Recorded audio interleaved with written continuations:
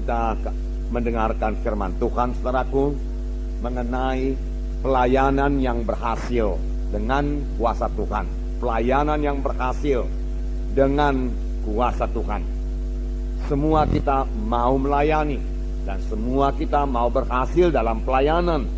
Dan Tuhan, saudaraku, memberikan kelengkapan kepada kita, yaitu melayani dengan kuasa Roh Tuhan.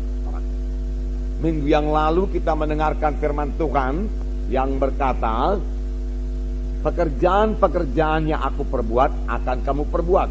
Bahkan pekerjaan-pekerjaan yang lebih besar daripada ini akan kamu perbuat, sebab aku pergi kepada Bapa. Inilah yang dikatakan Tuhan Yesus kepada murid-muridnya. Tetapi saya percaya perkataan ini juga kepada kita masing-masing, anak-anak Tuhan pada zaman sekarang ini. Kita akan mengerjakan pekerjaan-pekerjaan yang dikerjakan oleh Tuhan Yesus. Bahkan pekerjaan-pekerjaan yang lebih besar daripada yang dikerjakan oleh Tuhan Yesus. Pekerjaan-pekerjaan apakah yang dikerjakan oleh Tuhan Yesus? Buku Injil menerangkannya, saudara. Yesus mengajar, memberitakan firman Tuhan. Tetapi ahli-ahli Taurat mengatakan lain sekali pengajaran Tuhan Yesus. Karena Tuhan Yesus mengajar bukan seperti pengajar-pengajar ahli-ahli Taurat, tetapi Tuhan Yesus mengajar dengan kuasa. Dan ditambah lagi pengajaran Tuhan Yesus disertai dengan tanda-tanda ajaib dan tanda-tanda mujizat. Orang buta melihat, orang kusta disembuhkan, orang tuli mendengar, saudaraku, orang lumpuh berjalan. Inilah pekerjaan-pekerjaan yang dilaksanakan oleh Tuhan Yesus. Dan orang berbondong-bondong mengikuti Tuhan Yesus. Kemana saja Tuhan berangkat mengabarkan Injil, orang berbondong-bondong mengikuti Tuhan Yesus. Inilah macamnya pelayanan yang dikerjakan oleh Tuhan Yesus. Dan Tuhan Yesus sendiri berkata, pekerjaan-pekerjaan yang aku kerjakan ini akan kamu kerjakan. Bahkan pekerjaan yang lebih besar lagi daripada ini akan kamu kerjakan. Sebab aku pergi kepada Bapa.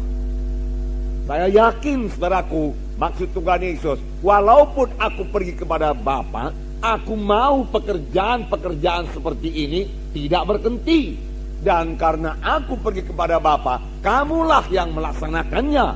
Kamu melaksanakannya bukan dengan kekuatanmu sendiri, kamu melaksanakannya dengan kuasaku yang kuberikan kepadamu. Firman Tuhan berkata. Itu sebabnya, saudaraku, Tuhan Yesus berkata kepada murid-muridnya sebelum dia naik ke sorga, tunggulah di Yerusalem sampai kamu dilengkapi dengan kuasa dari mati.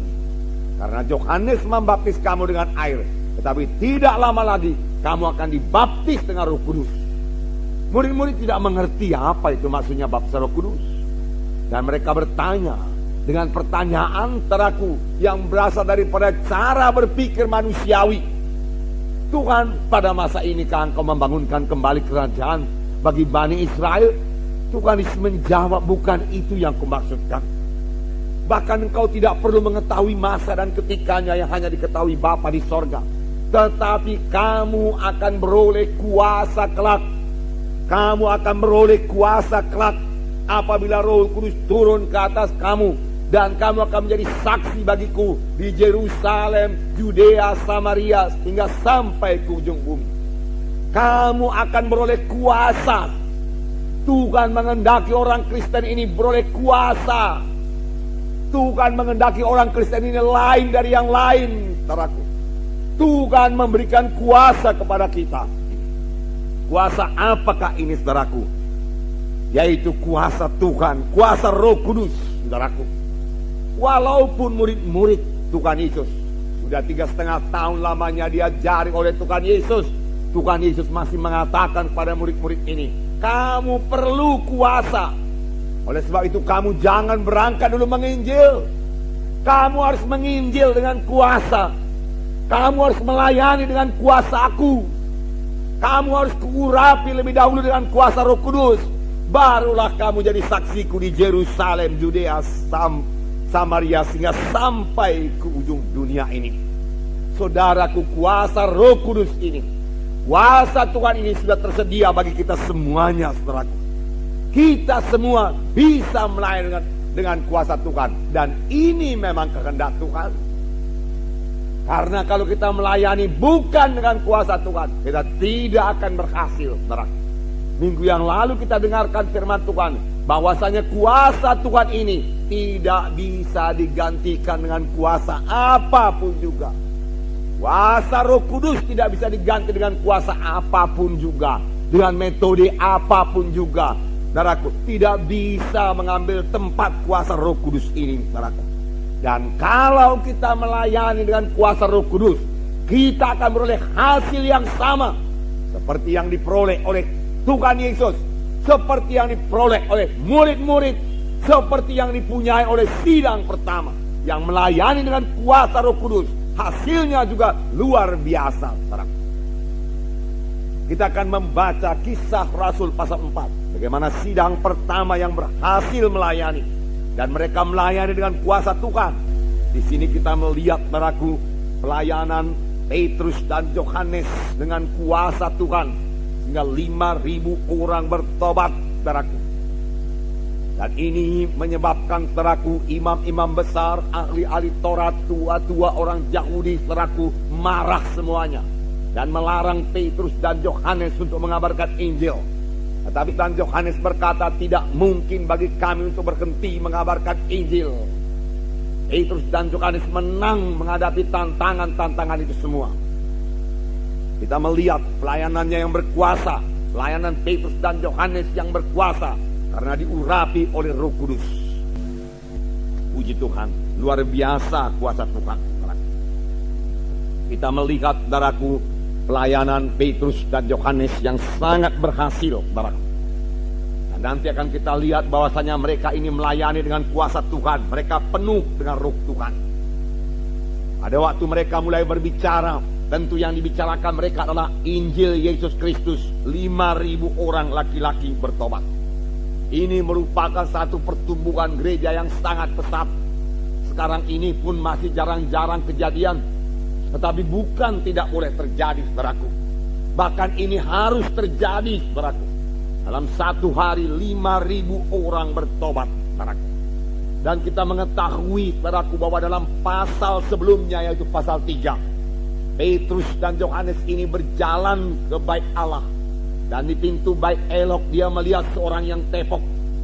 Dan dia berkata, emas dan perak tidak ada padaku, tetapi apa yang ada padaku, apa yang ada padaku kuberikan kepadamu. Di dalam nama Yesus, orang Nazaret itu bangkit dan berjalan.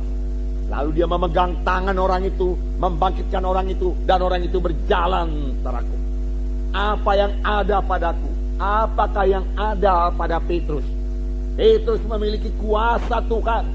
Kuasa apakah itu? Kuasa Roh Kudus, saudaraku.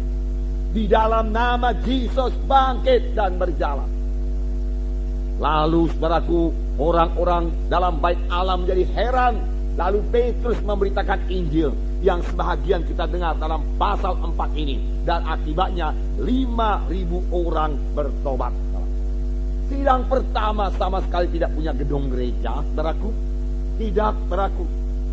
Bahkan mereka tidak punya peralatan-peralatan modern seperti yang kita punya sekarang.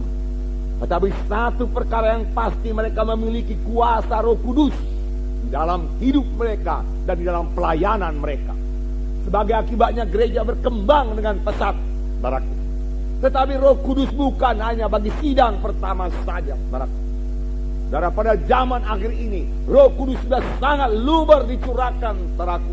Oleh sebab itu, apa yang dikatakan Tuhan Yesus, apa yang disuruh oleh Tuhan Yesus, kita akan mengerjakan pekerjaan-pekerjaan yang besar. Bisalah kita kerjakan sekarang ini, saudaraku. Karena Roh Kudus yang sama, yang menyertai Yesus, yang mengurapi Yesus, sehingga Yesus bisa melayani, adalah Roh Kudus yang sama, yang menyertai sidang pertama, yang menyertai ke-12 rasul, adalah Roh Kudus yang sama yang bekerja sekarang ini, memimpin kita, mengurapi kita untuk mengerjakan pekerjaan Tuhan.